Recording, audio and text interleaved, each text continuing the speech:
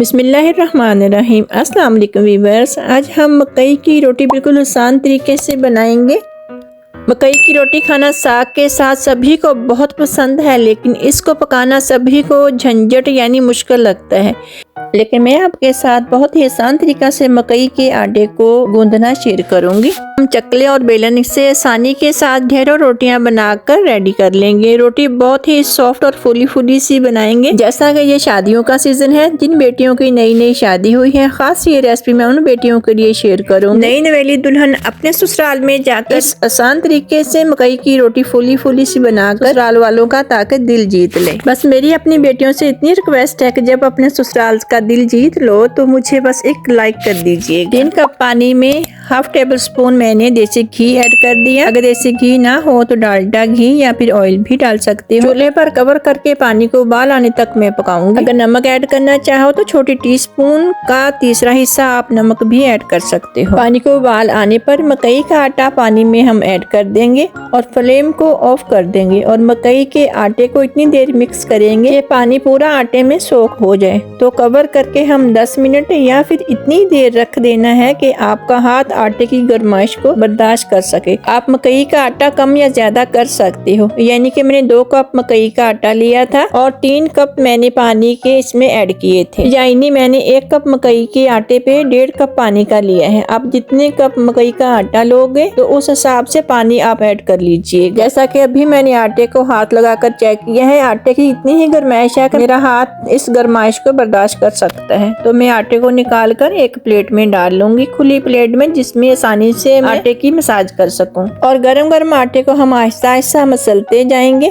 तो ये आटा ठंडा भी हो जाएगा और ऐसे सॉफ्ट और इतना प्यारा लेसदार हो जाएगा जैसा कि गंदम का आटा हो या फिर मैदे को हमने गूंदा हो। मैंने इस मकई के आटे में बिल्कुल भी कॉर्नफ्लावर या फिर गंदम का आटा या फिर मैदा ऐड नहीं किया। ये खालिस मकई का ही आटा है। मैंने इसे 5 से 7 मिनट ऐसे ही हाथों से मसल लिया था।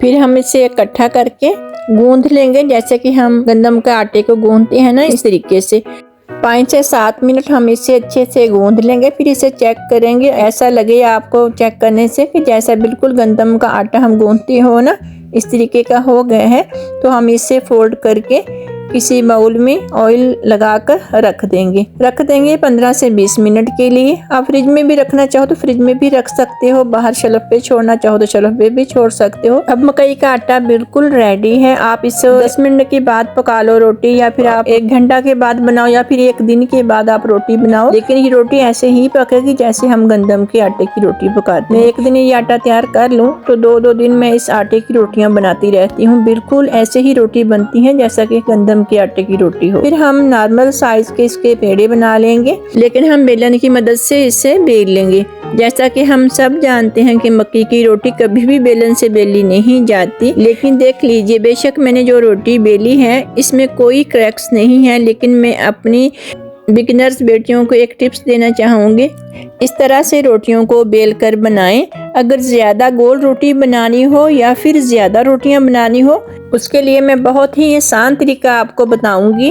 फिर इस तरह से रोटी को बेल लें और इस तरह के किसी ढक्कन या फिर प्लेट से दबाकर रोटी की शेप तैयार कर लें। इस तरीके से आप आसानी से ढेरों रोटियां और जल्दी जल्दी से बना सकती हैं। हम एक प्लेट लेंगे, उसमें एक मक्की का आटा खुश्क डस्ट करेंगे और उसी में इससे तैयार की हुई रोटी को रख देंगे। और इसी तरीके से हम एक और रोटी आपके सामने तैयार करेंगे ताकि आपको आसानी हो जाए मकई की रोटी तैयार करने में। हम तमाम रोटियों को बनाकर रख लेंगे, फिर एक ही बार में सेक लेंगे। हम पेड़े को इस तरह से फैला लेंगे, फिर हम ऐसे ही बेलेंगे कि जैसे गंदम के आटे की रोटी को बेलते हैं। ये देखिए, कोई भी क्रैक्स नहीं है, माशाल्लाह से बिल्कुल गोल रोटी बनी है। लेकिन मैं सिर्फ आपके लिए आसानी करना चाहती हूँ कि अगर आपको काफ़ी सारी रोटियां बनानी हो तो आप इस तरह से आसानी के साथ एक ही साइज़ की रोटियां बना सकें। इसलिए मैंने इस तरीके से आपको रोटी बनाने का तरीका आपके साथ शेयर किया है। आप कोई भी प्लेट होती चावल खाने वाली ना, वो प्लेट ऊपर रखकर आप छुरी की मदद से भी कट कर सकते हो। ठीक है, ये देखिए माशाल्लाह से इतनी सारी मैंने रोटियां तैयार कर ली हैं, वो भी एक ही साइज में। तवे को मैंने ऐसे ही गर्म कर लिया था जैसा कि हम आम रोटी के लिए तवे को गर्म करते हैं। इस पर मैं रोटी को डाल दूंगी।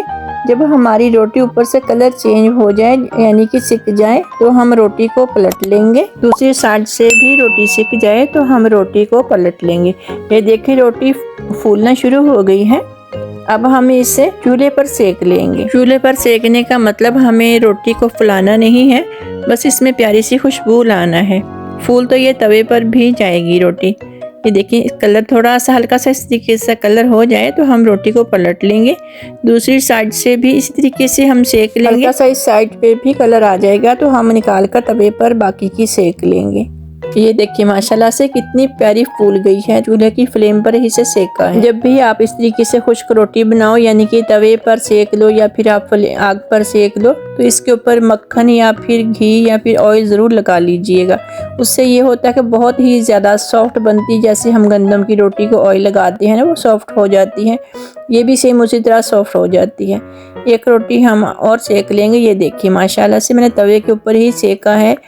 मैंने रोटी का रुमाल भी टच नहीं किया, सिर्फ चम्मच की मदद से मैंने टच किया है। ये देखिए कितनी प्यारी और कितनी नरम और फूली फूली सी रोटी बनी है मकई के आटे की। तो मैं इस तरीके से इसका पराठा बना लूँगी। ऑयल लगाकर मैं इसे पलट लूँगी।